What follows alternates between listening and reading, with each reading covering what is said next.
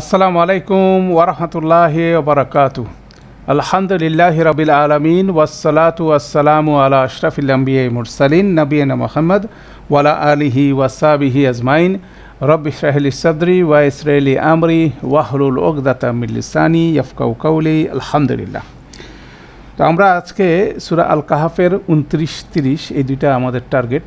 তো বেসিক্যালি আমরা আসহাবুল কাহাফের যে বর্ণনা সেটার শেষ প্রান্তে চলে এসেছি। 31 নম্বরে এটা ক্লোজ হবে এবং 32 থেকে আরেকটা স্টোরি বর্ণনা হবে।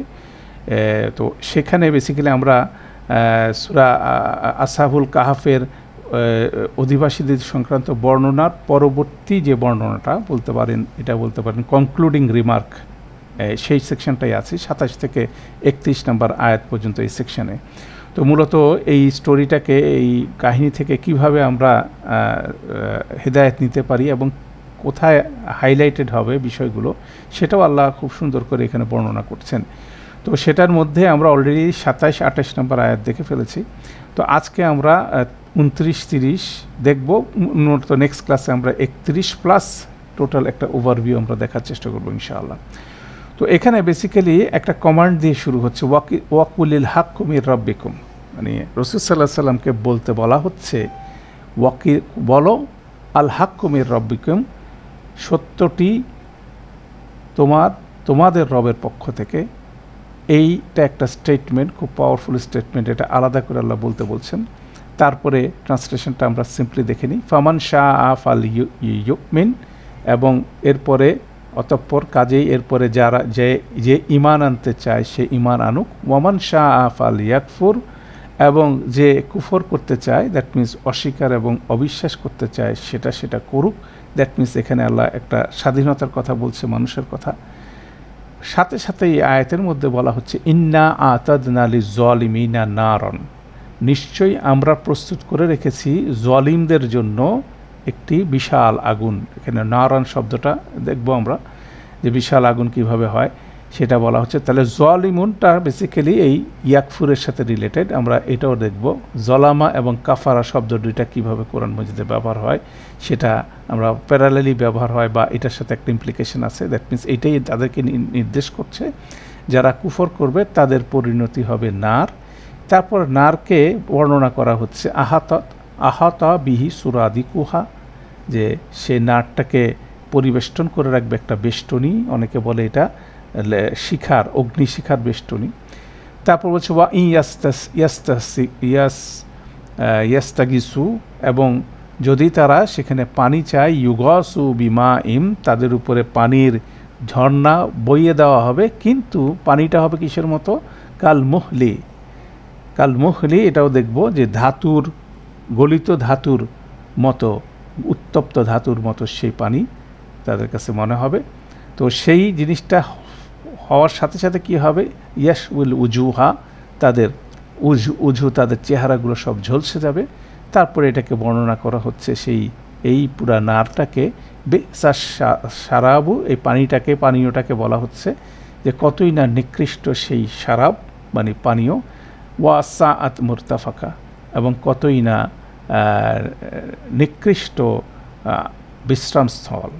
এটা ব্যঙ্গ করে বলা হচ্ছে, সেটা আমরা দেখব যে একটা ব্যঙ্গাত্মক বিষয় এখানে, নারের বর্ণনার মধ্যে একটা ব্যঙ্গাত্মক বিষয় এখানে আছে। তো এটার পরবর্তীতে যে জিনিসটা, পরের আয়াতটা আমরা যেহেতু একসাথে করব, এটার কন্ট্রাস্ট করা হচ্ছে।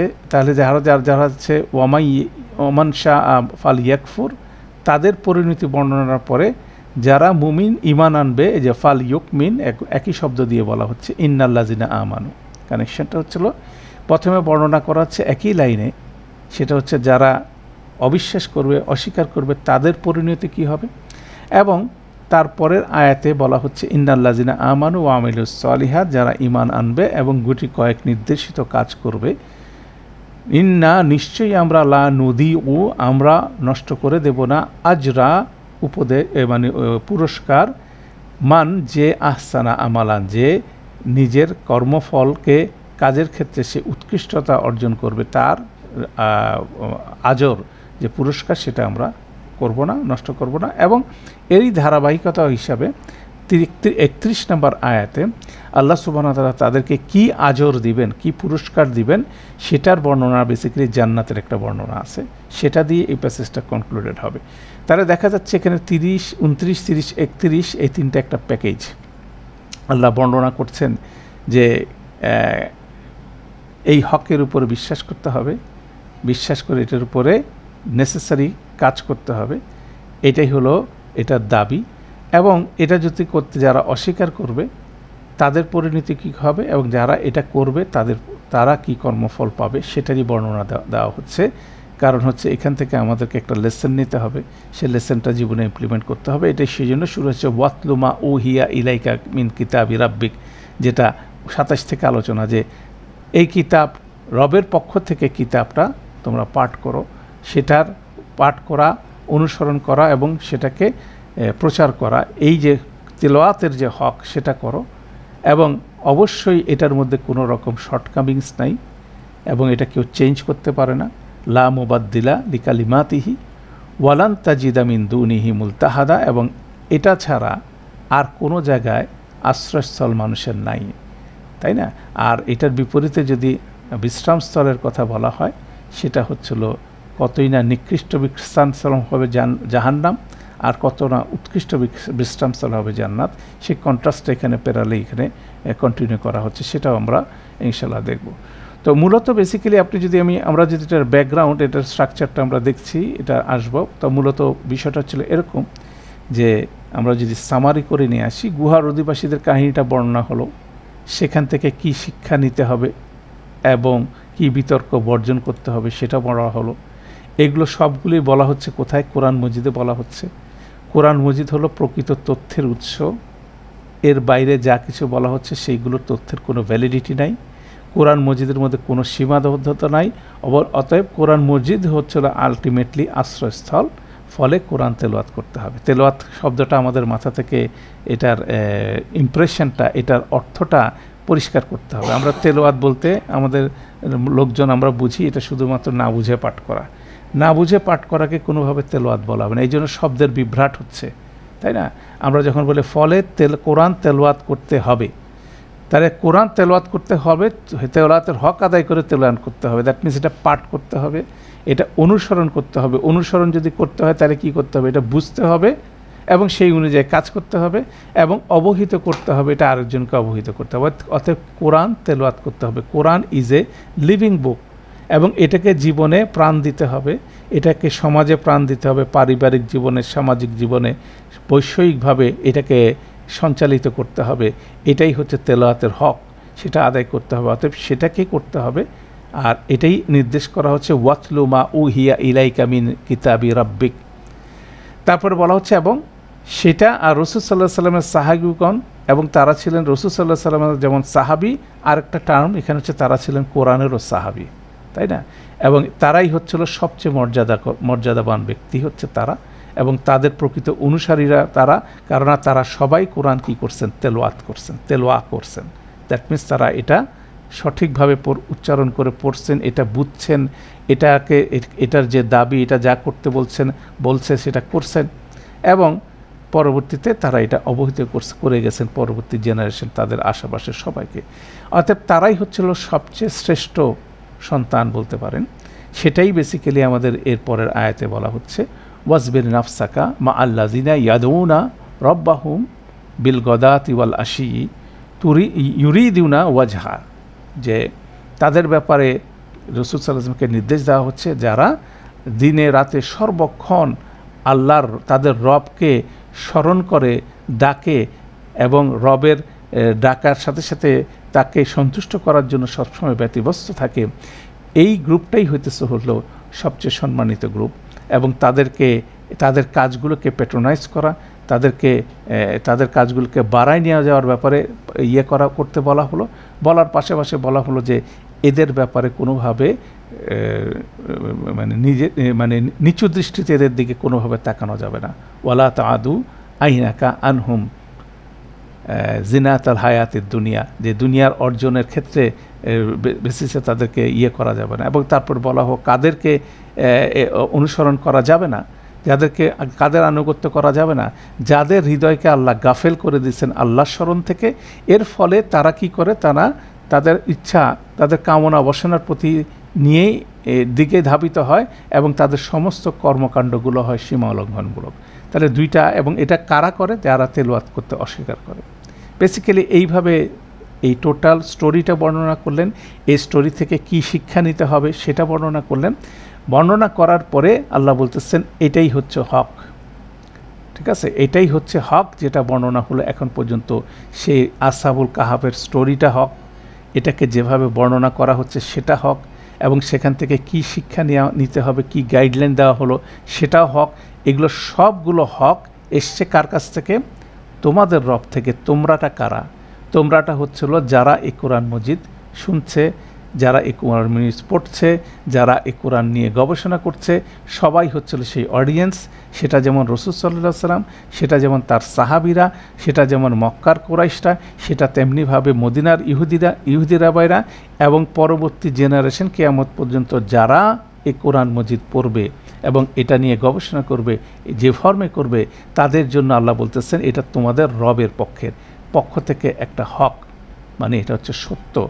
এবং রবটাও এখানে কিন্তু স্ট্র্যাটেজিক্যালি ইম্পর্টেন্ট ব্যাপার, সেটা আমরা আলাপ করবো একটু পরে। তো সেখানে রব বলার পরে রবের সাথে সাথে রবকে আমাদের 5টা ডাইমেনশনের মধ্যে অন্তত 2টা ডাইমেনশন আমাদের মাথায় রাখতে হবে। তিনি হচ্ছে প্রভু এবং তিনি হচ্ছে প্রতিপালক, অতএব সেটা আমাদের মাথায় অবশ্যই রাখতে হবে। এটা বলার পরে আল্লাহ বললেন যে অতএব যার ইচ্ছা সে বিশ্বাস স্থাপন করুক এবং যার ইচ্ছা সে এটাকে অস্বীকার করুক এবং আপনার অবিশ্বাস করুক। সে অপশন মানুষকে আল্লাহ দিলেন। তার মানে এই না যে কোনো রকম পরিণতি ছাড়া, এটা না। সেটার বিপরীতে বলা হলো যারা অবিশ্বাস করবে তাদের পরিণাম হচ্ছে আগুন, আর যারা বিশ্বাস করবে তাদের পরিণাম হচ্ছে জান্নাত। এই টোটাল বিষয়টাই এর 3টা আয়াতে পরপর 29, 30, 31 নম্বরে বর্ণিত হলো। অতএব এইটাই বেসিক্যালি আমরা দেখার চেষ্টা করব যে এটা কিভাবে বর্ণনা করা হলো। এটা হচ্ছে গুরুত্বপূর্ণ বিষয়। তাহলে এখানে যে জিনিসটা দেখা হচ্ছে যে 29 নম্বর আয়াতের শেষাংশে যারা অবিশ্বাস করবে, তেলাওয়াত করতে অস্বীকার করবে, যারা কোরআন মজিদকে অবিশ্বাস করবে, অস্বীকার করবে, তাদের পরিণতি বলা হচ্ছে। আর যারা এটাকে ধারণ করবে, তেলাওয়াতের হক আদায় করবে এবং এটাকে অনুসরণ করবে, এটা পড়বে, অনুসরণ করবে, এটাকে অন্যর কাছে অবহিত করবে, তাদের বিপরীতে জান্নাতের কী সুসংবাদ আছে, এটা প্যারালালি এটাকে উপস্থাপন করা হচ্ছে। সেই বর্ণনাটাই আমরা A to Z দেখার চেষ্টা করব। তো সেখানে আমরা শুরু করি। বেসিক্যালি আমরা প্রথম পয়েন্টটা ধরতে পারি এভাবে যে এই প্রশ্নটা কোত্থেকে এসেছিল, যে আপনার আসহাবুল কাহাফের এই বর্ণনাটার যে ব্যাকগ্রাউন্ডটা আমরা দেখছিলাম, সেটা হচ্ছিল মদিনার কিছু ইহুদি পণ্ডিতদের সাথে সলা পরামর্শ করছিল কারা? কুরাইশরা, যে রাসূল সাল্লাল্লাহু আলাইহি ওয়াসাল্লামকে কীভাবে মানে অকট পজিশনে ফেলা যায়, কিভাবে তাকে বিব্রত করা যায়। সেই জন্য তাদের কাছ থেকে প্রশ্ন তারা নিয়ে আসলো। 3টা প্রশ্ন তারা করলো। সে প্রশ্নটার প্রথম প্রশ্ন ছিল যে অনেক বছর আগে কিছু যুবক হারিয়ে গিয়েছিল, অদৃশ্য হয়ে গেছিল, তাদের ব্যাপারে তথ্য দিতে হবে। তো বেসিক্যালি এটা আসহাবুল কাহাফের কথাই বলা হচ্ছে। সেটা অলরেডি খ্রিস্টানদের ট্রেডিশনের মধ্যে আছে। হ্যাঁ, তারা 7 স্লিপার্স হিসাবে সেটাকে তারা উদযাপন করে। অতএব সেইটাই বেসিক্যালি সে সম্বন্ধে তারা রাসূল সাল্লাল্লাহু আলাইহি ওয়াসাল্লামের ভার্সন শুনতে যাচ্ছে। অথচ আপনি খেয়াল করে দেখবেন যে খ্রিস্টানদের যে বর্ণনাটা আছে সেখানে তারা নিজেরা নিজেদের সাথে বিতর্ক করে যাচ্ছে বিভিন্ন বিষয়। তারা কেউ বলতেছে 7 জন, কেউ বলতেছে 8 জন, কেউ বলতেছে 9 জন। অতএব এই স্টোরিটা নিয়ে তাদের মধ্যে একটা বিতর্ক আছে। অতএব ইহুদিরা খুব টেকনিক্যালি জিনিসটা প্লেস করলো, কেন উদ্দেশ্য খারাপ, তবে রাসূল সাল্লাল্লাহু আলাইহি ওয়াসাল্লামকে বিব্রত করবে। অতএব রাসূল সাল্লাল্লাহু আলাইহি ওয়াসাল্লাম যে বর্ণনা নিয়েই আসুক না কেন, সেই বর্ণনাটাকেই খ্রিস্টানরা কী করবে, যে এটা নিয়ে বিতর্ক করবে যে না এটা ঠিক না। দ্যাট মিনস রাসূল সাল্লাল্লাহু আলাইহি ওয়াসাল্লাম যা বলছেন সেটা ঠিক না। অতএব ওনাকে সেটা প্রমাণ করে ওনার বিরুদ্ধে যা করার তারা করবে। এই ধরনের ষড়যন্ত্র তারা বেসিক্যালি করছিল। অতএব সেই জিনিসটাকে যদি আপনি মাথায় রাখেন তাহলে দেখবেন যে সেটা রেসপেক্টে আসহাবুল কাহাফের বর্ণনাটা দেওয়া হলো। দেওয়ার পরে একটা বড় সেকশন যাবৎ আল্লাহ সুবহানাহু ওয়া তাআলা খুব ওয়ার্নিং দিয়ে বললেন যে অনর্থক বিতর্ক করা যাবে না। ওয়ালা তুমারি ফিহিম ইল্লা মিরাআন জাহিরা, ওয়ালা তাস্তাফতি ফিহিম মিনহুম আহাদা, তাদের সাথে যেসব অস্পষ্ট বিষয় আছে সেগুলো নিয়ে বিতর্ক করা যাবে না, যেটা পরিষ্কার বিষয় সেটা নিয়ে আলোচনা করা যাবে, এবং তাদের কাছ থেকে কোনো সিদ্ধান্তমূলক কোনো ভার্ডিক্ট, তাদের কাছে সিদ্ধান্তমূলক কোনো মতামত তাদের কাছ থেকে নেওয়া যাবে না। দ্যাট মিন্স যে বিতর্ক তারা এক্সপেক্ট করতেছিল ইহুদিরা এবং কুরাইশরা, সেই বিতর্কটা যাতে কেউ করতে না পারে সেই জিনিসটাকেই রিফিউট করা হলো, সেটাকে বাতিল করা হলো মূলত এই বর্ণনার মধ্যে। এটাও কিন্তু খুব ইন্টারেস্টিং একটা বিষয়, কিভাবে এটা প্লেস করা হচ্ছে, তাই না? তো সেটারই ধারাবাহিকতা যদি আপনি বলেন যে এখানে যেটা রাসূল সাল্লাল্লাহু আলাইহি ওয়াসাল্লামকে বলা হচ্ছে কুলিল হাক্কু মির রাব্বিকুম, এই হকটা হচ্ছে তোমাদের রবের পক্ষ থেকে, ঠিক আছে? এটাই হচ্ছে আলটিমেটলি সত্য। অতএব তারা যে বিতর্ক করবে সেটার স্পেকুলেশন হিসেবেই সিরিজ অফ বিতর্ক না করার সমস্ত কথা বলা হলো, কোনটা বিশ্বাস করতে হবে, আলটিমেটলি সোর্স কোনটা রাইট বলার পরে বলতেছে এগুলো সব রবের পক্ষ থেকে, এবং রব শব্দটা খুব স্ট্র্যাটেজিক, সেটাও এখানে গুরুত্বপূর্ণ, সেটা আমরা একটু দেখার চেষ্টা করব। সেটা হচ্ছিল রব বেসিক্যালি মানুষকে যে বিষয়টা জানতে হয়, এটা বারবার আলোচনা আমরা করছি, আমরা আবার আলোচনা করব, কেন এটা হচ্ছে সেন্টার পয়েন্ট। আমাদের দিনের সেন্টার পয়েন্ট হচ্ছে আল্লাহকে রব হিসাবে মানা, বোঝা এবং রবের ইবাদত করা, তাই না? সেই জন্য সূরা ফাতিহা দেখেন বলবেন আলহামদুলিল্লাহি রব্বুল আলামিন, সমস্ত হামদ হচ্ছিল আল্লাহর জন্য। প্রথম যে পরিচয়টা মানুষকে জানতে হবে তিনি হচ্ছিল আলামিনের রব, মানে তিনি হচ্ছে আমার রব, আপনার রব, সবার রব হচ্ছে উনি। তারপরে আপনি বুঝবেন তিনি আর রহমান আর রহিম, তারপর আপনার মাথায় স্মরণ রাখতে হবে তিনি কিন্তু মালিক ইয়াউমিদ্দিন, বিচারের দিন আসতেছে, সেটারও অধিপতি হচ্ছে তিনি। অর্থাৎ আল্লাহ সম্বন্ধে যে বেসিক নলেজটা, এই নলেজটার পরিষ্কার ধারণা আপনার আমার মধ্যে থাকতে হবে। কারণ আল্লাহ সুবহানাহু ওয়া তাআলা প্রতিদিন সালাতের মধ্যে 5 ওয়াক্ত সালাতে আপনি হিসাব করে দেখবেন 32 বার এই সূরা ফাতিহাটা আমাদের পড়ার জন্য ম্যান্ডেটরি করছেন, যাতে এটা আমাদের মাথার মধ্যে ঢুকে, রবের কনসেপ্ট যাতে কোনোভাবে মাথা থেকে বের না হয়, রবকে নিয়ে যাতে আমরা সবসময় চিন্তা করি, রবের প্রতি আমাদের, রবের সাথে আমাদের সম্পর্কের ডেফিনেশনটা ওখানে আছে। সেই জন্য দেখেন রব শব্দটা কতবার আমরা উচ্চারণ করি, আমরা সেজদায় বলি সুবহানা রাব্বি, রুকুতে বলি সুবহানা রাব্বি, হ্যাঁ, আমার রবের কোনো ত্রুটি নাই, আমার রবের কোনো সীমাবদ্ধতা নাই। অতএব সেই জিনিসগুলো পাওয়ারফুল, এতবার বলছি কেন? তাহলে রব শব্দটা গুরুত্বপূর্ণ, সেটা বেসিক্যালি মৌলিক শব্দ হিসাবে আমাদের বোঝা দরকার। এবং আল্লাহ সেটা বলছেন আল হাক্কু মিনাল্লাহি বলে নাই, এটা আল্লাহর তরফ থেকে হক বলা হয় নাই, বলা হচ্ছে আল হাক্কু মির রব্বিকুম, এটা তোমাদের রবের পক্ষ থেকে। দ্যাট মিনস রব যে জিনিসটা, রব শব্দটা দুইটা মেজর জিনিস ডিফাইন করে। একটা হচ্ছে তিনি হচ্ছেন প্রভু, যদি তিনি প্রভু হন তাহলে আমরা সবাই ওনার আব্দ, আব্দ মানে আমরা ওনার দাস, মানে আমরা একটা কর্তৃত্বের মধ্যে আছি, আমরা কর্তৃত্বের বাইরে কেউ নাই, তাই না? তাহলে সেটা একটা বিষয় যে আমার একজন রব আছে, আপনাকে আমাকে সেটা প্রথমে বুঝতে হবে। সেটা বোঝার আগে যে আমার একজন সৃষ্টিকর্তা আছে। আল্লাহর অনেকগুলো গুণবাচক নামের মধ্যে রব হচ্ছে একটা কম্পাউন্ড নেম, যেটাকে আপনাকে আমাকে আল্লাহ বলতেছেন যে প্রথম জিনিস হচ্ছে উনি হচ্ছে হলো প্রভু, আমরা হচ্ছে তার বিপরীতে দাস। অতএব প্রভু, দাসকে অবশ্যই প্রভুর ইনস্ট্রাকশন মানতে হবে, আর যদি সেই ইনস্ট্রাকশন না মানে সেক্ষেত্রে তার পরিণতি তাকে ভোগ করতে হবে। That is the basic definition. তার পরবর্তী কমফর্ট জোন হচ্ছে তিনি শুধুমাত্র প্রভু না, তিনি প্রতিপালকও, তিনি আমাদের সমস্ত চাহিদা এককভাবে পূরণ করে থাকেন আমাদের। অতএব তার প্রতি আমাদের কি হতে পারে, দুনিয়ার যে কোনো প্রভু দাসের সম্পর্ক আর আল্লাহর সাথে মানুষের প্রভু দাসের সম্পর্ক একরকম না। আর দুনিয়ার সমস্ত প্রভু তার দাসের কাছ থেকে সার্ভিস নিয়ে থাকে, আল্লাহর কোনো সার্ভিসের দরকার নাই। আল্লাহ উপরন্তু আমাদের সবাইকে সার্ভিস দিয়ে থাকেন। অতএব ওনার প্রতি যেমন আমাদের রেসপেক্ট থাকবে, সেরকম আমাদের ওনার প্রতি কি থাকবে, আমাদের আকাঙ্ক্ষা থাকবে, ওনার প্রতি আমাদের এক্সপেকটেশন থাকবে। অতএব যেহেতু এক্সপেকটেশন থাকবে, আমাদের আকাঙ্ক্ষা থাকবে, আমরা সবসময় রবের মুখী হব, আমরা রবের সাথে সম্পর্কটা বজায় রাখার চেষ্টা করব, তাকে সন্তুষ্ট করার চেষ্টা করব। অতএব সন্তুষ্ট যত করতে পারবো ততই আমার জন্য জীবন কি হবে, সহজ হবে। কেন আমরা জীবনের সাকসেস নিয়ে চিন্তা করি, আমাদের জীবনের সাফল্য নিয়ে চিন্তা করি। অতএব সেই সব কিছুর মূল সেন্টার পয়েন্ট হচ্ছিল, কোডটা হচ্ছিল, মূল মন্ত্রটা হচ্ছিল, সূত্রটা হচ্ছিল রবের সাথে ঘনিষ্ঠ সম্পর্ক রাখা। তো সেই রবের সাথে ঘনিষ্ঠ সম্পর্ক রাখার জন্য রাস্তা কি, রব কি বলছে সেটা জানা। কেন একজন দাসকে জানতে হবে তার প্রভু কি বলছে, যার ইনস্ট্রাকশনে যদি আমি না জানি তাহলে আমি কীভাবে দাসত্ব করব। তো সেই জিনিসটাই বলা হচ্ছে ওনার কিতাবের মাধ্যমে। সেই জন্য বললো ওয়াতলু মা উহিয়া ইলাইকা মিন কিতাবি রব্বিক, ওখানে যেমন বলা হচ্ছে রবের কথা স্মরণ করানো হচ্ছে, এটা তোমার রবের পক্ষ থেকে একটা কিতাব, এটাকে তেলাওয়াত করো, এটাকে বোঝার চেষ্টা করো, এটা অনুসরণ করার চেষ্টা করো, এটা আরেকজনকে জানাও, কেন তিনি হচ্ছে রব্বুল আলামিন।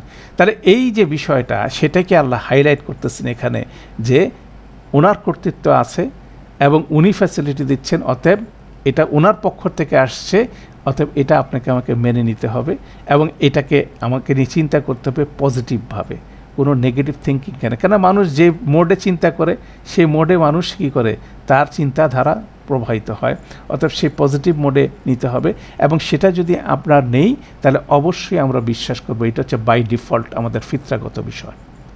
যদি আমরা রবকে মেনে নেই তাহলে আমরা বিশ্বাস করব, কেন রবকে বিশ্বাস করার অনেক রিজন আপনার আমার আশেপাশে আছে, প্রতিনিয়ত প্রতি সেকেন্ডে ওনার সাথে আমাদের কি ইন্টারাকশন। এবং এটাকে যারা অস্বীকার করবে সেটার বিষয় আল্লাহ বলছে হ্যাঁ করতে পারে, সে স্বাধীনতা আল্লাহর জেনারেসিটির জন্য দিয়েছেন, কিন্তু সেটার পরিণতি হবে ভয়াবহ। কেন আপনি যদি চিন্তা করেন, এটা আমাদের নর্মাল ডে টু ডে লাইফের কথা চিন্তা করেন, যারা অফিস আদালতে চাকরি করেন সবার কি একজন সুপারভাইজার থাকেন, দ্যাট মিন বস থাকে। তো সবসময় মানুষের কাজ হচ্ছে না তার উপরস্থ যে ব্যক্তি থাকবে, তার ঊর্ধ্বতন যে ব্যক্তি থাকবে তাকে সমালোচনা করা অ্যাজ এ গ্রুপ। তারা অধীনস্থদের উপরে যেহেতু উনি কর্তৃত্ব খাটান, তাহলে এটা যেমন দেখবেন একজন টিচারের পিছনে স্টুডেন্টরা তার পিছনে অনেক কিছু কথাবার্তা বলে থাকে, ঠিক একইভাবে একটা অফিসের যে বস তার পিছনে তার কর্মচারীরা বিভিন্ন রকম সমালোচনা করতে থাকে। তো তারা ক্যাফেটেরিয়াতে বসে আছে, তারা সমালোচনা করতেছে, ওই ক্যাফেটেরিয়ার পাশের ওয়ালের পাশে সে তার বস দাঁড়ায় আসে, শুনতেছে কে কী বলতেছে। তো এটা যদি হয়ে থাকে, এখন ওখানকার মধ্যে যদি কেউ যদি জোকস করেও বলে যে ওখানে কিন্তু রব দাঁড়ায় আছে, মানে জেনারেল ম্যানেজার কিন্তু দাঁড়ায় আছে, তখন যে ব্যক্তিটা জেনারেল ম্যানেজার সম্পর্কে উল্টাপাল্টা কথা বলছে সেও একটু মানে কি হয়ে যাবে, সে একটু ভীত সন্ত্রস্ত হয়ে যাবে। সে যদিও এটা যোগ করে বলছে, সে যায় কিন্তু দেখবে ওখানে আসলে সেই ব্যক্তি আছে কিনা। অতএব আমরা অথরিটির ব্যাপারে কিন্তু সবসময় কনসার্ন। অথরিটি যদি আমাদের কাছাকাছি নোন জায়গায় থাকে আমরা সতর্ক হয়ে যাই। আর সেক্ষেত্রে রব হচ্ছিল আমাদের সমস্ত চিন্তা ভাবনা, কি আমরা কে কোন মুহূর্তে কোন চিন্তা করতেছি সব তিনি জানেন। অতএব রব সম্পর্কে যখন অবজেকশনাল কথা বলি সেটা যেমন আমাদের ভীত সন্ত্রস্ত হওয়া উচিত, এবং আমরা ইভেনকে চিন্তা করলেও সেটা ওনার রেকর্ডে চলে যাচ্ছে। অতএব সেটাও কিন্তু আরেকটা বিষয়, যেটা আমাদের বিশ্বাসের জায়গাটা সেখান থেকে তৈরি হয়। অতএব অ্যাওয়ারনেসটা কিন্তু এরকম আমাদের নাই। তাহলে সেই অ্যাওয়ারনেসটা তৈরি করাই তো হচ্ছিল, এই তৈরির জন্যই তো আল্লাহ ইন্সপায়ার করতেছেন তার কোরআন মজিদের মাধ্যমে। এটা আমাদের মধ্যে ফিতরার মধ্যে আছে, আমরা এটাকে ডিনাই করতেছি। অথচ এই কর্তৃত্ব আমাদের উপরে সবসময় বলবৎ, এবং সেই কর্তৃত্বকে যদি অস্বীকার করি আল্লাহ সুবহানাহু ওয়া তাআলা সেক্ষেত্রে আমাদের কি সে পরিণতির কথা বলা হচ্ছে। আর সেই কর্তৃত্বকে যদি আমরা এগ্রি করি সেক্ষেত্রে আমাদের জন্য সুসংবাদ আছে। তাহলে সুসংবাদ যেমন আছে দুঃসংবাদ আছে, সেটাই কোরআন মজিদ কন্টিনিউয়াসলি বলে যাচ্ছে, এবং সেটাই বেসিক্যালি আপনাকে বারবার আমাকে রিমাইন্ডার দিচ্ছে। কেননা আমরা সেই জিনিসটা ভুলে যাচ্ছি, কেন রবকে আমরা সরাসরি দেখছি না, চোখে দেখছি না, কিন্তু ওনার সমস্ত প্রেজেন্স কিন্তু আমাদের জীবনময় আছে। অতএব সেটাকে আমরা রিকগনাইজ করতেছি না। তাহলে এটা একটা গুরুত্বপূর্ণ জিনিস। তাহলে সেক্ষেত্রে প্রতিটা জায়গায় কিন্তু আপনাকে আমাকে রবকে কী করতে হবে, রবকে আপনার রিকগনাইজ করতে হবে। কেন রবের বিষয়টা হচ্ছিল সেই জন্য আমাদের রিমেম্বারেন্সের মধ্যে আমরা সবসময় ওনাকে স্মরণ করি। এই জন্য দেখবেন সব জায়গায় রব শব্দটা আসছে। যাদেরকে বলা হচ্ছে যে যাদের সাথে সবর করার জন্য রাসূল সাল্লাল্লাহু আলাইহি ওয়াসাল্লামকে বলা হচ্ছে, তাদেরকে বর্ণনা কি বলছে, আল্লাযীনা ইয়াদউনা রাব্বাহুম, তাদের রবকে তারা স্মরণ করে। দ্যাট মিনস কখন? সকালে, সন্ধ্যায়, সর্ব অবস্থায়, এবং তার সন্তুষ্টি লাভের জন্য ব্যাকুল হয়ে থাকে সব সময়। সেটাই গুরুত্বপূর্ণ বিষয়। তো এগুলো থিওরিটিক্যাল আলোচনা, প্র্যাকটিক্যাল আলোচনা জরুরি। সেক্ষেত্রে একটা প্র্যাকটিক্যাল আলোচনা আমার আজকে না করলেই নয়, সেটা জরুরি বিষয়। যেমন আমার আপনার ডিসিশন মেকিংয়ের মধ্যে রবের কনসিডারেশন আমরা কীভাবে করি, কেননা প্রতিটা জিনিস, আপনার প্রতিটা নিঃশ্বাসের ব্রিদিং, আপনার আমার হার্ট কতটুকু কিভাবে বিট করবে, প্রতিটা উনি কন্ট্রোল করেন। তাহলে আপনার যদি হার্ট ডিজিজ হয়ে থাকে, আমি কতটুকু ব্যাকুলভাবে রবের কাছে চাচ্ছি, কেন যখন আমরা ক্রাইসিসে পড়ি তখন আমরা সাহায্যের জন্য শরণাপন্ন হই উচ্চতর কর্তৃপক্ষ বা যার বেটার ক্যাপাসিটি আছে তার কাছে। তা আমরা কি সেভাবে যাই? এবং তিনি যে একটা রোল প্লে করতেছেন সেটা কি আমরা কি রিকগনাইজ করি? আমরা মনে করতেছি একটা ওষুধ খাচ্ছি, মনে করছি ওষুধ খেলে আমার রোগ ভালো হয়ে যাবে, কিন্তু রব যতক্ষণ পর্যন্ত অ্যালাউ না করবেন কোনো দুনিয়ার কোনো ওষুধ কাজ করবে না। সে সেন্সটা কি আমাদের মাথায় কাজ করে? যখন এটাকে রিমাইন্ড করা হয়, হ্যাঁ ঠিক আছে ওটা তো আছেই, কিন্তু এখন কোন ডাক্তারের কাছে যাব? হ্যাঁ, আপনার কাছে ডাক্তারের কাছে যেতে হবে, আপনাকে ওষুধ নিতে হবে, কিন্তু রবের কনসার্নটা আপনার আমার মাথায় থাকতে হবে যে রবের কনসার্ন ছাড়া আমাদের সম্ভব না। লা কুওয়াতা ইল্লা বিল্লাহ। তাহলে আল্লাহর সাহায্য ছাড়া কোনোভাবে এটা আমাদের পক্ষে করা সম্ভব না। তো সেটার সার্বিক প্ল্যানিংটা খুব জরুরি। সেই প্ল্যানিংয়ের মধ্যে আপনার কোনো রকম ব্যক্তি লেভেল থেকে শুরু করে সামষ্টিক লেভেল পর্যন্ত কোনো জায়গায় আমি রবের বিষয়টাকে কি করি না, ইগনোর করি। রব আমাদেরকে ফ্যাসিলিটেট করতেছে, সেটাকে ইগনোর করি। আমাদের খালি কমপ্লেইন থাকে এটা হলো কেন, ওইটা হলো কেন, কি কোন জিনিসটা হলো না সেটা আমরা কেন অ্যাপ্রিসিয়েট করি না। যেমন ধরেন সম্প্রতি আমাদের যে এক্সপিরিয়েন্স রিগার্ডিং যে ক্রাইসিস আমাদের সারা বিশ্বে চলতেছে, আমাদের দেশে চলতেছে, সেটা হচ্ছে করোনার সেই বিষয়টা নিয়ে একটা সবচেয়ে আলোচিত বিষয়। কি হবে না হবে, এবং সোশ্যাল মিডিয়ার জগতে এটা আরও বেশি স্পেকুলেটিভ হয়ে গেছে মানুষের মধ্যে। তো এই স্পেকুলেশনের মধ্যে যত ম্যানেজমেন্ট আপনি দেখতেছেন, রবের রোলটাকে কি কেউ কনসিডার করতেছে? অথচ সব কিছু রব্বুল আলামিন এই ভাইরাস ডান দিক থেকে বাম দিকে কীভাবে যাবে, কার মধ্যে এফেক্ট করবে, সে জিনিসটা কিন্তু কারো কনসিডারেশনের মধ্যে নাই, ডিসিশন মেকিংয়ের কনসিডারেশনের মধ্যে নাই। যার ফলশ্রুতিতে আমরা হতাশায় ভুগতেছি, মিসম্যানেজমেন্ট হচ্ছে, আমরা রাইট ডিসিশনটা নিতে পারছি না, হতাশ হচ্ছি, বিভিন্ন রকম ক্রাইসিস হচ্ছে। এই টোটাল বিষয়টাই ওনার হাতে। এটার সমস্ত রেফারেন্স আমরা বিভিন্ন সময় আলাপ করছি। অর্থাৎ ম্যানেজমেন্টের জায়গায় যদি সেটাকে যদি আমরা কনসিডার না করি তাহলে কি করব? সেই হতাশার মধ্যে পড়তে হবে। যেমন ধরেন আমরা যেটা বলছি যে একটা পরিবারের মধ্যে করোনা হচ্ছে, এটা ছোঁয়াছে একজন থেকে আরেকজন, সবাইকে একইভাবে এফেক্ট হচ্ছে? কেউ এফেক্টেড হচ্ছে, কেউ এফেক্টেড হচ্ছে না। কেন হচ্ছে না সেটার কি ডেফিনেশন কেউ বলতে পারবে? কেউ বলতে পারবে না। একটা 80 বছরের উপরে বৃদ্ধ মানুষ করোনা আক্রান্ত হয়ে উনি সারভাইভ করে যাচ্ছেন, একজন 44 বছরের বয়স্ক একজন ইয়াং ম্যান 3 দিনের মধ্যে মারা যাচ্ছেন। তাহলে মৃত্যু কার হবে কি হবে না সেটা সিদ্ধান্ত কিন্তু আল্লাহর।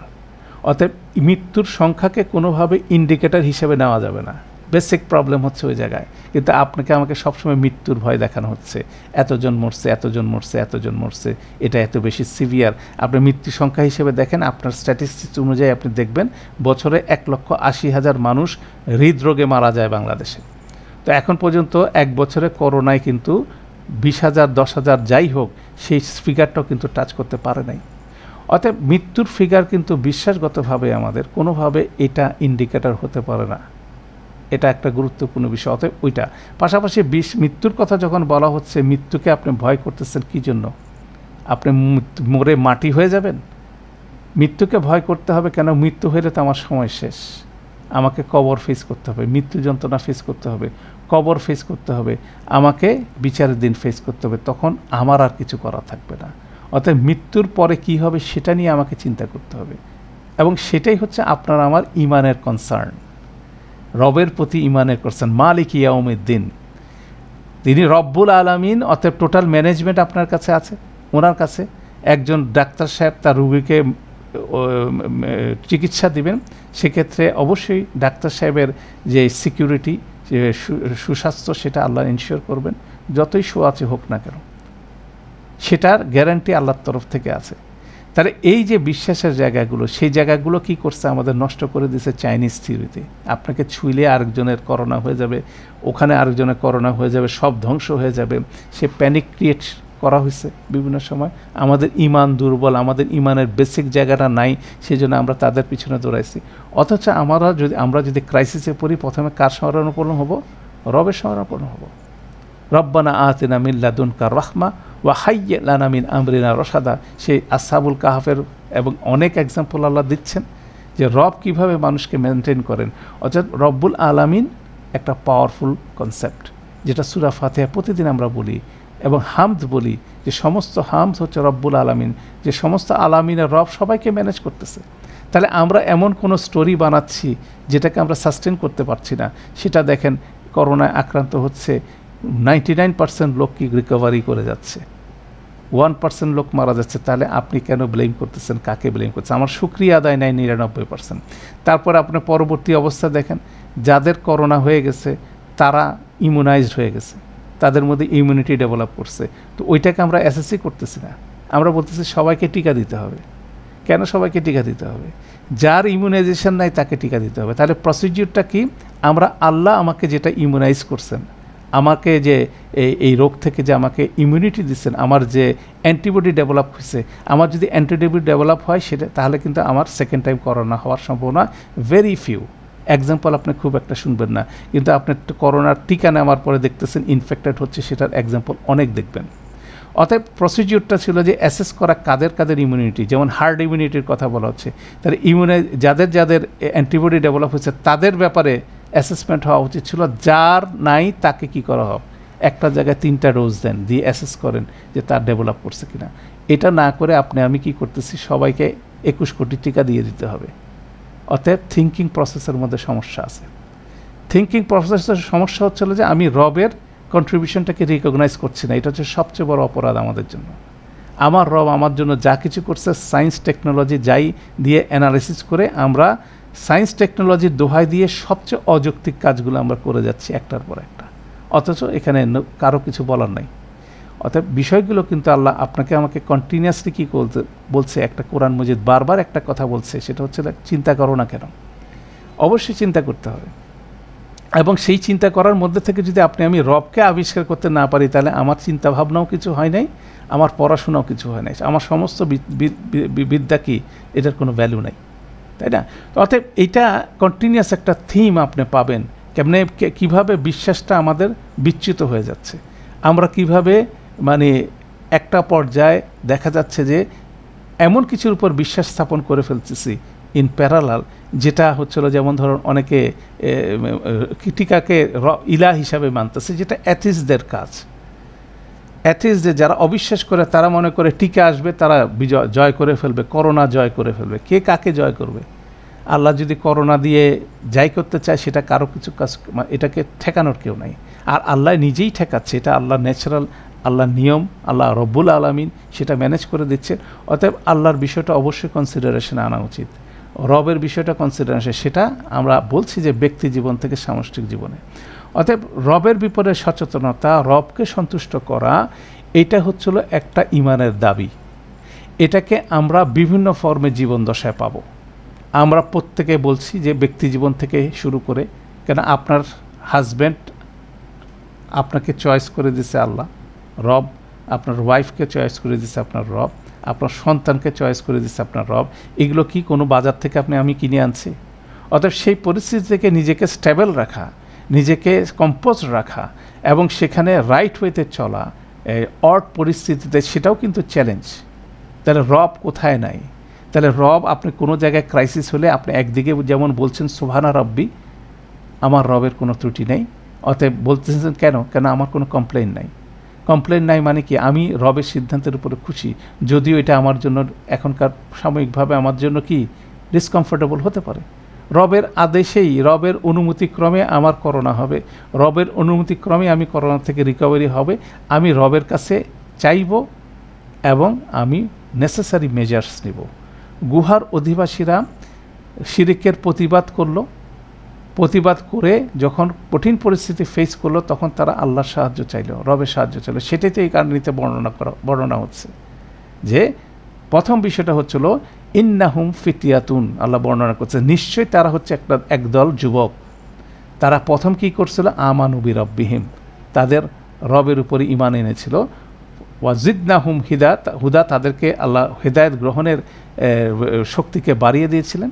তারপর কি? ওয়ারাবাতনা আলা কুলুবিহিম ইসকামু ফাকালু রব্বুনা রব্বুস সামাওয়াতি ওয়াল আরদ, তাদের হৃদয়কে শক্তিশালী করে দিয়েছিলেন, এবং তারা দাঁড়ায়, সেই রাজার সামনে দাঁড়ায়, তাদের সমাজপতিদের সামনে দাঁড়ায়, বলছে আমাদের রব হচ্ছে আকাশ জমিনের রব, এবং আমরা তাকে ছাড়া আমরা আর কাউকে রব মানি না, আমরা তার সাথে কোনোভাবে শিরক করতে রাজি না।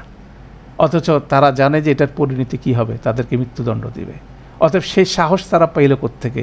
এই যুবকরা কোনো বড় ওস্তাদের শাগরেদ ছিল না, তাই না? তাহলে এগুলো কিন্তু খুব পাওয়ারফুল বর্ণনা আমরা অলরেডি পড়ে আসছি। অতএব সেখান থেকে বলা হচ্ছে যে এই সত্যগুলো বর্ণনা করার পর আল্লাহ বলতেছে এই হকটা হচ্ছে তোমার রবের পক্ষ থেকে। কেননা আল্লাহ সুবহানাহু ওয়া তাআলা কোরআন মজিদের মাধ্যমে এমন সব বিষয় আপনার আমার সামনে উপস্থাপন করেন যে বিষয়গুলো আমরা বুঝি না, যেগুলো গায়েবের বিষয়, তাই না? গায়েবের বিষয় যেটা হচ্ছে মানুষ দেখে না, কিন্তু আল্লাহ সেটা বলতেছেন আমি যদি সেই প্রিন্সিপালটা অ্যাডাপ্ট করি রাইট ওয়েতে, তাহলে অবশ্যই সেখান থেকে আমাদের সাকসেস আসবে। সেটা একটা বড় ধরনের প্রিন্সিপাল। তাহলে রবের বিষয়টাকে আমি যদি রিকগনাইজ না করি, দ্যাট মিনস রবের উপর আমার বিশ্বাস নাই। অথচ রবের কনসার্নটা আমার সাথে কন্টিনিউয়াসলি আমার সাথে ওতপ্রোতভাবে জড়িত, এবং আমাকে কন্টিনিউয়াসলি রবকে ডাকার জন্য ইন্সপায়ার করা হচ্ছে কোরআন মজিদে। এবং সেভাবে আপনি দেখবেন আমাদের সারাদিনের যে রিচুয়ালসগুলো আছে, 5 বার দাঁড়াতে হচ্ছে আল্লাহর সামনে, রবের সামনে দাঁড়ায় বলতে হচ্ছে সুবহানা রাব্বি সুবহানা রাব্বি সুবহানা রাব্বি আলহামদুলিল্লাহি রব্বিল আলামিন। এগুলো তো লিপ সার্ভিসে পরিণত হয়েছে, এটার মধ্যে কোনো রকম কি নেই, প্রাণ নাই। তাহলে প্রাণ না থাকার ফলশ্রুতিতে তো আমাদের চিন্তাভাবনা সবগুলো ডেভিয়েটেড হয়ে যাচ্ছে। আর এই কোরআন মজিদের সাথে সম্পর্ক যদি না থাকে, এই চিন্তাভাবনা কোনোভাবে স্ট্রিমলাইন হবে না, রাইট ট্র্যাকে হবে না, আপনি কনফিডেন্স পাবেন না। আপনার মা অসুস্থ হয়েছে করোনায়, আপনি তার থেকে দূরে থাকার চেষ্টা করবেন। আর যদি আপনার আমার মধ্যে এই কোরআন মজিদের কনফিডেন্স থাকে, আপনি চিন্তা করবেন যে আমার কোনো সমস্যা নেই, আমি আমার দায়িত্ব পালন করব, বাকিটা কে দিবে? বাকি নিরাপত্তার দায়িত্ব তো ওনার হাতে। ভাইরাস কি কাজ করবে কি করবে না সেটা সিদ্ধান্ত ওনার। অতএব এগুলো হচ্ছিল বিশ্বাসের শক্তিশালী বিষয়, যেগুলো আমাকে একটা চ্যালেঞ্জিং ভালো কাজ করতে ইন্সপায়ার করবে। আর যাদের মধ্যে এটা নাই, তাদের মধ্যে তো দুনিয়ার ভয়, বিভিন্ন রকম ভয় তাদের মধ্যে কাজ করবে। সেটাই হচ্ছে একটা গুরুত্বপূর্ণ বিষয়। তাহলে দেখা যাচ্ছে যে এখানে এটা একটা গুরুত্বপূর্ণ রবের বিষয়টা বারবার রিমাইন্ডারের মধ্যে আনা, কারণ আল্লাহ বারবার বলতেছে যে আমাদের একটা অথরিটি আছে, তিনি হচ্ছে আল্লাহ, এবং তিনি আমাদেরকে কি করেন, সমস্ত সাস্টেন্সটা ওনার হাতে, এবং আমরা ওনার সাস্টেন্সের বাইরে আমরা যাওয়ার সুযোগ নাই, এবং আমাদের কোনো কিছু ওনার দৃষ্টির বাইরে নাই। উনি আমাদেরকে টোটাল ম্যানেজমেন্টটা দিচ্ছে। তো সাধারণত এখানে আরেকটা বিভ্রান্তি আমরা বিভিন্ন সময় লক্ষ্য করি, সেটা হচ্ছে যে একটা সরল অনুবাদ এই আয়াতের মাঝখান থেকে অনেক অনুবাদ পড়ে মিস ইন্টারপ্রিটেশন করে। যেমন তারা অনেকে বলে তুমি বলো তোমাদের প্রভুর কাছ থেকে সত্য, কাজেই যে ইচ্ছা করে সে যেন বিশ্বাস করে এবং যে চায় সে যেন অস্বীকার করে। এতটুকু বলে দাঁড়ায় যায়, এতটুকু কোট করে আমাকে সাথে তর্ক করার চেষ্টা করে যে এখানে তো বলা হয়েছে যে বিশ্বাস করা যাবে, অবিশ্বাসও করা যাবে, দুইটাই সব ওকে। লাকুম দীনুকুম ওয়ালিয়া দীন, ওই যে সূরা কাফিরুনের শেষ আয়াত নিয়ে যেমন বিতর্ক করে যে তোমার কাছে তোমার দিন, আমার কাছে আমার দিন, কোনো অসুবিধা নেই, দুইজনের দিন পার করব। অতএব তুমি ভগবানকে ডাকবা, আমি আল্লাহকে ডাকবো, আরেকজন ঈশ্বরকে ডাকবে, অতএব কোনো সমস্যা নাই। তো সমস্যা নাই দুনিয়াতে, কিন্তু আখিরাতে সমস্যা আছে। কেন সেই সূরাটা শুরু হয়েছে কুল ইয়া আইয়ুহাল কাফিরুন, যারা অস্বীকারী তাদেরকে বলা হচ্ছে, তাদের ছেড়ে ডিস্টিংশন, অর্থাৎ পরিণতি সেখানে আছে। ঠিক একইভাবে এখানে যখন বলা হচ্ছে এটা ফামান শাআ ফালইউমিন ওয়ামান শাআ ফালইয়াকফুর, তারপরে আল্লাহ বলছেন ইন্না আতাদনা লিয-যালিমিনা নারান, যারা কুফর করবে তারাই হচ্ছে সবচেয়ে বড় জালিম, এবং জালিমদের জন্য বড় ধরনের নার অপেক্ষা করতেছে। বেসিক্যালি সেই বর্ণনাটাই আসছে। তাহলে ইট ইজ এ অপশন আল্লাহ দুনিয়াতে দিচ্ছেন, সেজন্য মানুষের বিচার হবে।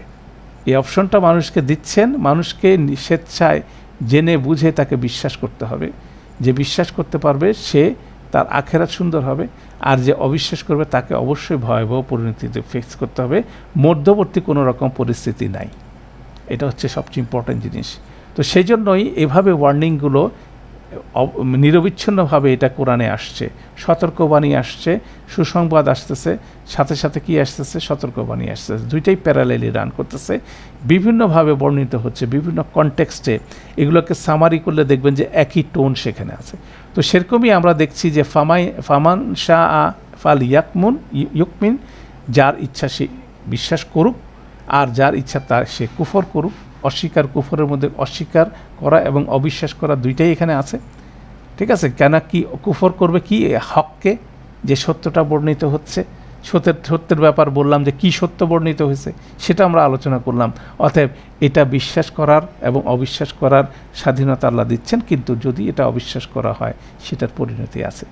সেই জন্য বলা আছে ইন্না, খুব এমফেসিসলি বলতেছেন আল্লাহ, নিশ্চয়ই আমরা আতাদনা, আমরা প্রস্তুত করে রেখেছি লিজ জলিমিনা, জলিমদের জন্য নারান, এটা নাকিরা ফর্মে আছে, যারা গ্রামার বুঝেন, নারান যখন নাকিরা ফর্মে আসে একটা আননোন ফায়ারের কথা বলছে, যে আগুন সম্বন্ধে মানুষের কোনো ধারণা নাই, সেই জন্য নারান শব্দটা ব্যবহার হচ্ছে। এবং লিজ জলিম শব্দটা বলা হচ্ছে, জলিম শব্দের অর্থ হচ্ছিল জুলুম করা, মানে যার যে কাজটা করার কথা সে যখন সে কাজটা করে না তাহলে সে জুলুম করে। একটা আম গাছ যদি সে গাছে যদি আম না ধরে আপনি বলতে পারেন জুলুম করে, সে জুলুম করছে। তাহলে বিষয়টা হচ্ছে ওরকম। তাহলে মানুষের ফিতরাগত বিষয় হচ্ছিল সে তার রবকে চিনে এবং রবের উপর বিশ্বাস স্থাপন করবে।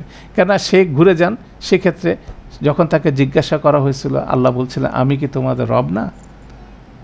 তখন সবাই কি বলছিল? রূহ জগৎ বলছিল বালা বালা, অবশ্যই অবশ্যই, শাহিদ না, আমরা সাক্ষ্য দিচ্ছি। এটা আমাদের একবারে আত্মার সাথে সম্পর্কিত। অতএব এটা ন্যাচারাল ফিতরাগত টেন্ডেন্সি, যেটা অতএব বিশ্বাস করাটা আমাদের নর্মাল টেন্ডেন্সি। আপনি দেখবেন আমাদের জনগোষ্ঠীর মধ্যে 99% লোকজন বিশ্বাস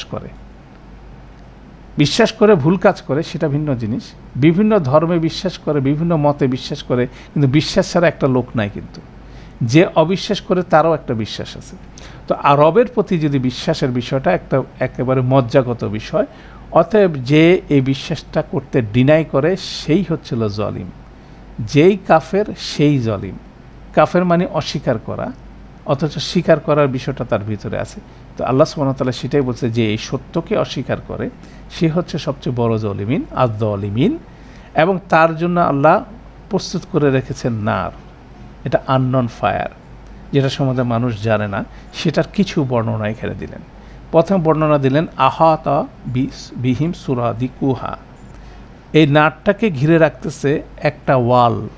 সুরাদিকুহা, এটা সুরাদু এই শব্দটা হচ্ছে একটা পারস্যের শব্দ, পার্শ্বিক শব্দ বলা হয়, মানে পারস্য সাম্রাজ্যের যে ভাষা ছিল সেটার শব্দ সেখান থেকে আসছে। তো সেখানে সুরা শব্দের সাথে রিলেটেড, যেমন ওয়াল, উঁচু লম্বা ওয়াল, সেটা একটা ডেসক্রিপশন। সেটা নিয়ে মুফাসসিররা বর্ণনা করছেন কী ধরনের ওয়াল। অনেকে বলছেন এটা হচ্ছিল চারপাশে ওয়াল, একটা ওয়ালের দৈর্ঘ্য হচ্ছে 40 বছরের যাত্রা। দ্যাট মিনস আলটিমেটলি এন্ড বিষয় হচ্ছিল এই নাট থেকে কেউ বেরোতে পারবে না, এটার ইমপ্রেশন হচ্ছে আহাতা বিহিম সুরাদিকুহা। এবং নাটের এই ওয়ালটা হবে লেলিহান, শিখার ওয়াল, মানে কিসের তৈরি ওয়াল? সেক্ষেত্রে বলা হচ্ছে ওয়ালটা হবে সীসা আগুনের তৈরি। দ্যাট মিনস এটাকে ক্রস করতে পারবে না কেউ। অতএব আলটিমেট ইমপ্রেশনটা হচ্ছিল সে নাট থেকে কেউ বেরোতে পারবে না। প্রথম ইমপ্রেশন হচ্ছে নারান আহাতা বিহিম সুরাদিকুহা, এটা একটা গ্রাফিক্স বর্ণনা, কোরআন খুব গ্রাফিক্যালি বর্ণনা করে থাকে। তারপর বলা হচ্ছে নারের মধ্যে, গরমের মধ্যে থাকলে তো অবশ্যই কী লাগবে? মানুষের পিপাসা লাগবে। তখন কি আসে নেক্সট সিকোয়েন্স? ওয়া ইং ইয়াস্তাগিসু, তখন তারা যদি পানি চায় তখন কি হবে? ইউগাসুফ বিমা ইম, তাদের উপরে পানি বর্ষণ করা হবে। ইউগাসু মানে হচ্ছিল বর্ষণ করা হবে, বৃষ্টিপাত করা হবে পানির, কিন্তু সে পানিটা হবে কি? কাল মোহলি, সে পানিটা হবে ধুত, মানে গলিত ধাতুর। মানে গলিত ধাতু হলে ন্যাচারালি এটা হবে গরম গলিত ধাতুর হবে। এবং এই ধাতুটা কি সেটা সম্পর্কে অনেকে কমেন্ট করছেন। কেউ বলছেন এই ধাতুটা হবে সীসার, কেন পানির মতো দেখতে, অনেকটা গলিত। এটা হতে পারে তামার, সেটাও বলতেছে। দ্যাট মিনস তখন তারা যখন পানি চাবে তখন আকাশ থেকে কিংবা উপর থেকে পানি নেমে আসবে, কিন্তু পানিটা পানির মতো দেখা গেলে সেটা বেসিক্যালি কাল মোহলি। এটা হচ্ছে কাল মোহলি কি নিয়ে, এটা নিয়েও তাফসীরকারকরা অনেক বর্ণনা দিচ্ছেন। কিন্তু যেটা বোঝা যাচ্ছে সেটা হচ্ছিল এটা হচ্ছে উত্তপ্ত গলিত ধাতু। সে ধাতু অনেক কিছু হতে পারে, সেটা উপর থেকে পড়বে। ইয়াশ উইল উজুহা, এবং তাদের চেহারাগুলো ঝলসে যাবে। একদম গ্রাফিক্স বর্ণনা আল্লাহ দিচ্ছেন। তাহলে কেন চেহারা ঝলসে যাবে এটা চিন্তা করে দেখেন। তারা প্রচণ্ড তৃষ্ণার্ত, উপর থেকে বৃষ্টি নামতেছে, তাহলে সবাই কি করবে? উপর দিকেই তাকাবে। উপর দিকে তাকায় বৃষ্টির প্রথম ফোঁটাটাই সে পান করার চেষ্টা করবে, কেননা এত তৃষ্ণার্ত সে হবে। অতএব উপর দিকে যখন তাকাবে, প্রথম উপরের বৃষ্টির ঝাপটা তার কোথায় লাগবে? তার ফেসের মধ্যে লাগবে। এবং ফেসটা হচ্ছে একটা সিম্বলিক বিষয়, সেটাও কোরআন মজিদে দেখবেন। সেটা হচ্ছে মানুষের সমস্ত দম্ভ অহংকারের প্রকাশের জায়গা হচ্ছে মানুষের চেহারা। সেই জন্য আপনি উজু হুই ইয়ামা ইজিন নাদিরা, হ্যাঁ, খাশিয়া, মানে চেহারাটা হচ্ছিল একটা জায়গা। অতএব এটা একটা ফিগারেটিভ বিষয়, এবং সেখানে যে এটা পড়বে ঝলসে যাবে তাদের সমস্ত চেহারা। এটা বলা হচ্ছে সিকোয়েন্সটা এভাবে। তারপর বলা হচ্ছে বেসা শারাবু, কতই না নিকৃষ্ট পানীয়। মানে সবাই মনে করছিল সেটা দিয়ে তার কি হবে বেনিফিট। কেন ইউগসু যখন বলা হচ্ছে নর্মাল অর্থে দুনিয়ার ক্ষেত্রে ইউগসু মানে এমন একটা বৃষ্টি যেটাতে কি হয়, প্রচুর ফলন হয়, এখান থেকে পজিটিভ বেনিফিট হয়। কিন্তু আল্লাহ সুবহানাহু ওয়া তাআলা ইউগসুর সাথে যখন বিমা ইন কাল মুখলি ব্যবহার করছেন, এটাকে সার্কাস্টিকলি ব্যবহার করেছেন, বিদ্রুপ করে বলছেন কথাগুলো। হ্যাঁ, দুনিয়াতে এই বৃষ্টির ফলে তোমরা অনেক বেনিফিট পাইছো, কিন্তু সেখানে যে বৃষ্টিটা হবে এরকম গরম গলিত ধাতুর পদার্থের বৃষ্টিটা হবে, পানির মতো মনে হবে, সেটা কিন্তু কি করবে? সেটা কোনো রকম ভালো কিছু প্রডিউস করবে না, সেটা যন্ত্রণা দেবে। দুনিয়ার বৃষ্টি মানুষকে বেনিফিট দিচ্ছে, কিন্তু আখিরাতের এই বৃষ্টি তাদেরকে কি দিবে? যন্ত্রণা দিবে, তাদের চেহারা সব ঝলসে যাবে। তখন বলার সাথে যা তারা দেখে ইউগসু শব্দটা বেশি পজিটিভ, কিন্তু এখানে এটাকে নেগেটিভ, বিদ্রুপ করে তাদেরকে নেগেটিভ বলা হচ্ছে। ঠিক একইভাবে বেসা শারাবু, শারাব বলতে বেসিক্যালি সুস্বাদু পানীয়কে বলা হচ্ছে, কিন্তু এটার সাথে বেসা লাগা হচ্ছে কতই না নিকৃষ্ট শারাব। তাহলে শারাব সাধারণত নিকৃষ্ট হয় না, সেটাকে সার্কাস্টিক করা হচ্ছে। ওয়াসা আত মুরতাফাকা, মুরতাফাকা মানে বিশ্রামস্থল। আপনি যদি মনে করেন বিশ্রামস্থল কোনো সময় মন্দ হয়, যেখানে আপনি বিশ্রাম নিচ্ছেন, আরাম করছেন, বাই ডিফল্ট শব্দটার সাথে কি আছে? আরামদায়ক একটা বিষয় আছে, মানে একটা কমফোর্টনেস আছে, কিন্তু বলা হচ্ছে মন্দ বিশ্রামস্থল। বিশ্রামস্থল কোনো সময় মন্দ হয় না, কিন্তু সেটাও ব্যবহার করা হচ্ছে। তাহলে এখানে দেখেন কয়েকটা লেভেলে সার্কাস্টিকলি বিদ্রুপ করে পজিটিভ শব্দকে নেগেটিভ ওয়েতে ব্যবহার করতেছেন। কেন এই জিনিসটাই কিন্তু গুরুত্বপূর্ণ বিষয়। কেন তারা দুনিয়াতে যখন যারা অবিশ্বাস করে, তারা কি করে? বিশ্বাসীদেরকে বিদ্রুপ করে। সেটা সূরা মুতাফফিফিনের মধ্যে আপনার সেই বর্ণনা দেখবেন, আল্লাহ খুব সুন্দর করে বর্ণনা করছেন যে কিভাবে তারা বিদ্রুপ করে। তারা চোখ টিপ দেয় একজনকে, তাদেরকে বিদ্রুপ করতে থাকে, একজনের দিকে তাকাতে থাকে আর চোখ টিপ দিতে থাকে, যে এই হচ্ছে বিশ্বাসী, এটা বিশ্বাস করে আখেরাতে, এ দুনিয়াতে তো ফকিরের মতো চলে। অতএব এভাবে তারা বিভিন্ন রকম বিদ্রুপ তারা করছে দুনিয়াতে। আল্লাহ সুবহানাহু ওয়া তাআলা তাদের সেই বিদ্রুপের গ্যারান্টি দুনিয়াতে দিচ্ছেন, আখেরাতে দিচ্ছেন, যে সেখানেও তাদেরকে কি করা হবে? বিদ্রুপ করা হবে। এরা রাসূল সাল্লাল্লাহু আলাইহি ওয়াসাল্লামের সাহাবীদেরকে নিয়ে তারা বিদ্রুপ করতেছে। কেন এই আয়াতগুলো কারা পড়তেছে? প্রাইমারি অডিয়েন্স হচ্ছিল রাসূল সাল্লাল্লাহু আলাইহি ওয়াসাল্লামের সাহাবী এবং মক্কার কুরাইশরা। তো এর আগের আয়াতে তো সেটাই বর্ণিত হচ্ছিল যে তাদের কাছ থেকে দৃষ্টি সরাই নেওয়া যাবে না দুনিয়ার সৌন্দর্যের দিকে আকর্ষিত হয়ে। দ্যাট মিনস তারা যদি দরিদ্র হয়, তারা হচ্ছে সবচেয়ে ভ্যালুয়েবল পারসন। কেন আমরা দুনিয়াতে ভ্যালু দেই যাদের কাছে দুনিয়াতে অর্থ সম্পদ আছে।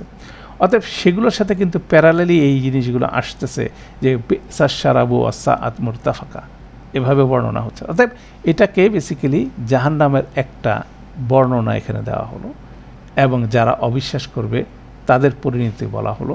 অতএব এটাও আমরা আরও সুন্দরভাবে পরে যখন জান্নাতের বর্ণনার সাথে এটা ক্রস করব, তখন এটার আর একটা চিত্র দেখা যাবে ইনশাল্লাহ। এটা নেক্সট সেশনে করবো ইনশাল্লাহ। তো এই বর্ণনাটা শেষ হওয়ার সাথে সাথে আল্লাহ সুবহানাহু ওয়া তাআলা আরেকটা আয়াতে বললেন, ইন্নাল্লাযিনা আমানু ওয়া আমিলুস সালিহাত, নিশ্চয় যারা ঈমান আনছে এবং গুটি কয়েক নির্দেশিত কাজ করেছে। এখানে আমরা গুটি কয়েক নির্দেশিত কাজ কী জন্য বলছি?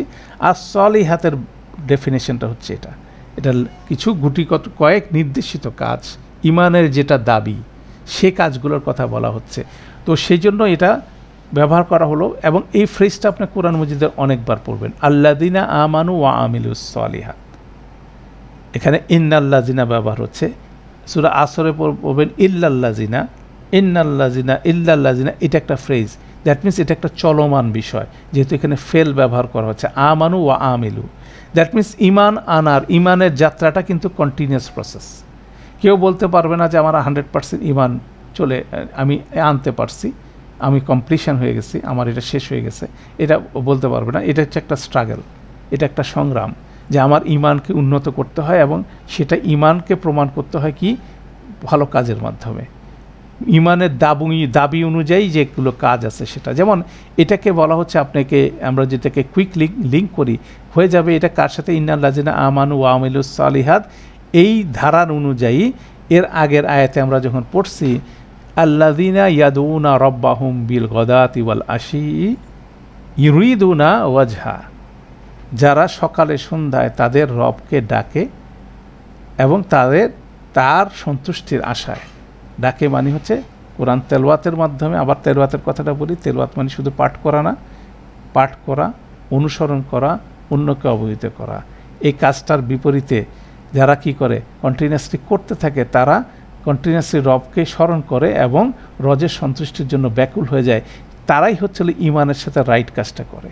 এবং ইন্নাল্লাযিনা আমানু ওয়া আমিলুস সালিহাত, আপনি এই স্টোরির বর্ণনায় আপনি লিঙ্ক করেন সেই আসহাবুল কাহাফদের কথা। তারা ইমান হচ্ছে ইন্নাহুম ফিতিয়াতুন আমানু বিরাব্বিহিম ওয়া জিদনাহুম হুদা ওয়া রাবাতনা আলা কুলুবিহিম ইস কামু ফাকালু রব্বুনা রব্বুস সামাওয়াতি ওয়াল আরদ। তারা ইমান আনলো, ইমান আনার সাথে রবের প্রতি ইমান আনলো, ইমান আনার সাথে সাথেই আল্লাহ সুবহানাহু ওয়া তাআলা তাদেরকে কী করলেন, হেদায়েতের রাস্তায় চলার শক্তি সাহস বাড়ায় দিলেন, তাদের হৃদয়কে শক্তিশালী করে দিলেন, যার ফলশ্রুতিতে তারা বলল কি, সেই সমাবেশের মধ্যে দাঁড়ায় বলল যে, তারা দাঁড়ায় যায় বলল রব্বুনা রব্বুস সামাওয়াতি ওয়াল আরদ, আমাদের রব হচ্ছে আকাশ জমিনের রব, লান নাদুয়া মিন দুনিহি ইলাহা, আমরা তাকে ছাড়া আর কারোকে ইলাহ হিসাবে মানি না, আর যদি এটা মানি আমরা সবচেয়ে জঘন্যতম কাজ করব, লাকাত কুলনা ইজান শাতাতা। তারপর বলল হা উলাই রব্বুনা, হা উলাই কাউমুনা, এরা হলো আমাদের কাউম যারা কি ইত্তাখাযা মিন দুনিহি আলিহা, যারা আল্লাহকে বাদ দিয়ে অনেকগুলো ইলাহাকে তারা গ্রহণ করেছে। তারপরে বলা হলো লাউলা ইয়াতুনা আলাইহিম বিসুলতানিম বাইয়িন, তারা কেন না এটার বিপরীতে কোনো রকম পরিষ্কার প্রমাণ আনে না। তারা একটা খুতবা দিল কন্টিনিউয়াসলি ওখানে, সেই খুতবার বিপরীতে সবাই উত্তেজিত হয়ে তাদেরকে মারার জন্য উদ্যত হলো।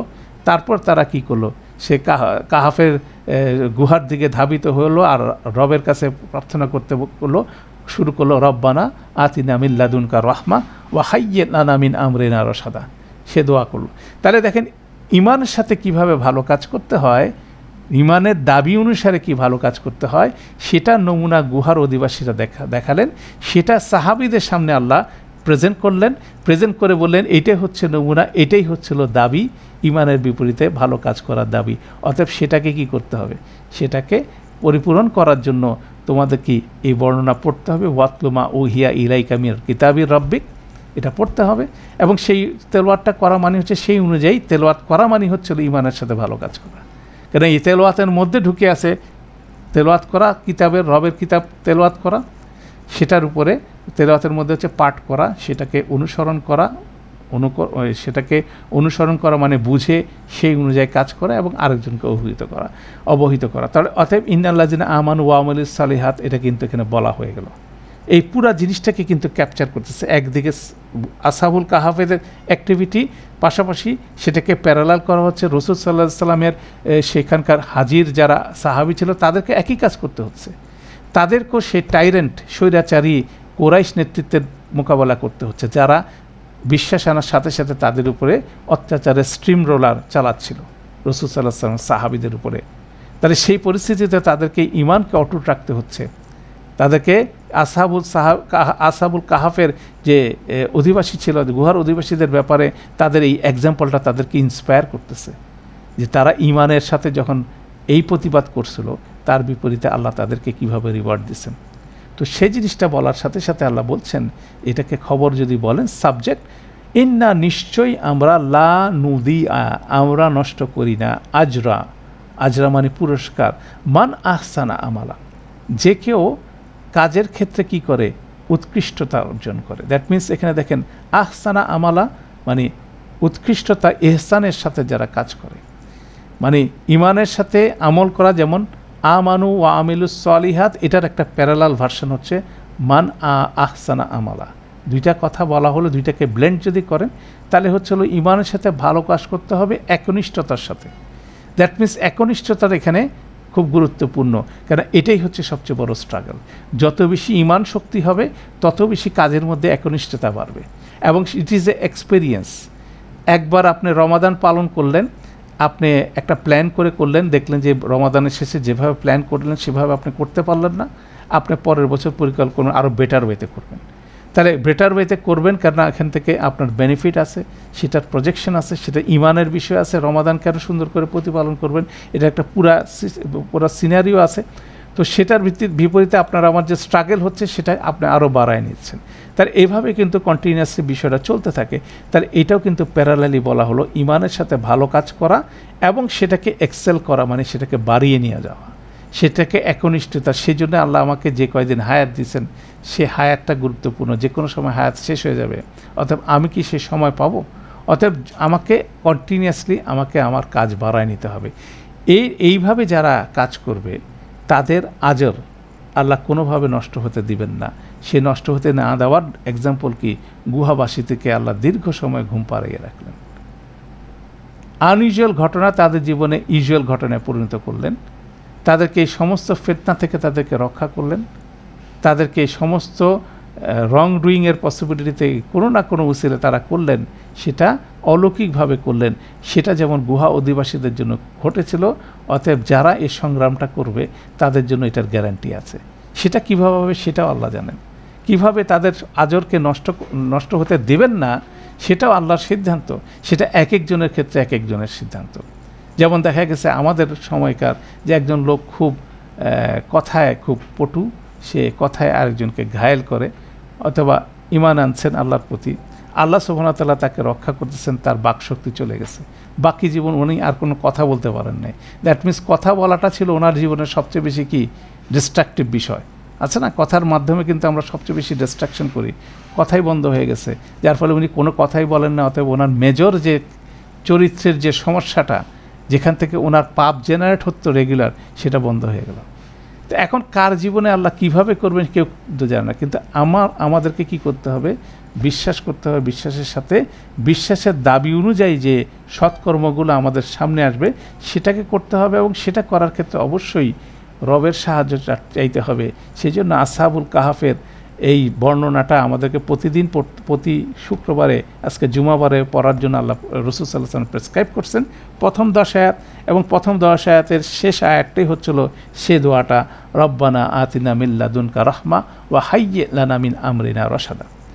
অতএব এগুলো কিন্তু একটার সাথে একটা সাবজেক্ট কিন্তু খুব রিলেটেড।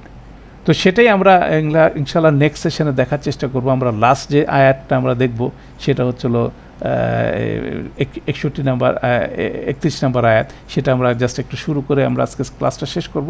সেখানে উলাইকা লাহুম জান্নাতুন, তারাই হলো যাদের জন্য আছে জান্নাত সমূহ,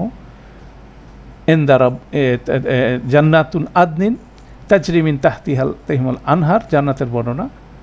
তারপর ইউহাল্লাউনা ফিহা মিন আসাউইরা মিন যাহাবিন, তাদেরকে অলঙ্কৃত করা হবে স্বর্ণের বিভিন্ন অলঙ্কার দিয়ে। ওয়াইয়াল বাসুনা সিয়াবান হুদ্রেন, এবং তারা ড্রেস পরবে, কীরকম ড্রেসের বর্ণনা দেওয়া হচ্ছে, সেটা হচ্ছে সবুজ রঙের দেশ, সেটা হচ্ছে মিন সুন্দুসিন, মিহি রেশমের, ওয়া ইস্তাবরাকিন, মোটা রেশমের, মুত্তাকিইনা ফিহা আলাল আরাইক, তারা খুব হেলান দিয়ে আরাম সহকারে আরাইকের উপর বসবে। নেমাস সাওয়াবু ওয়া হাসুনাত মুরতাফাকা, কতই না সুন্দর সেই প্রতিদান এবং কতই না সুন্দর সেই বিস্তরতা। এবার পজিটিভভাবে নেমা এবং হাসুনা ব্যবহার করা হলো, ওখানে ব্যবহার করা হলো কি বেসা আর সা, অর্থাৎ খুব কন্ট্রাস্টফুলি এই বর্ণনাটা আছে। তো আমরা নেক্সট সেশনে আমরা দেখার চেষ্টা করব এই বর্ণনাটার একটু ডিটেল দেখব, পাশাপাশি এটাকে কন্ট্রাস্ট করব কীভাবে জাহান্নামের বর্ণনার সাথে জান্নাত বর্ণনাকে প্যারালাল করা হলো, এবং ওভারঅল একটা পিকচার আমরা দেখার চেষ্টা করব। তো সেটা দেখলেই আমরা আলহামদুলিল্লাহ প্রথম সেকশনটা কমপ্লিট হবে।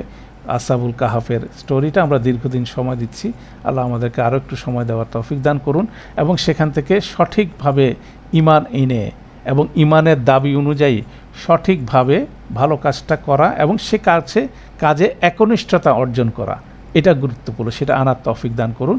সুবহানাকাল্লাহুম্মা ওয়া বিহামদিকা আশহাদু আল্লা ইলাহা ইল্লা আনতা আস্তাগফিরুকা ওয়া আতুবু ইলাইক। আসসালামু আলাইকুম ওয়া রাহমাতুল্লাহি ওয়া বারাকাতুহু।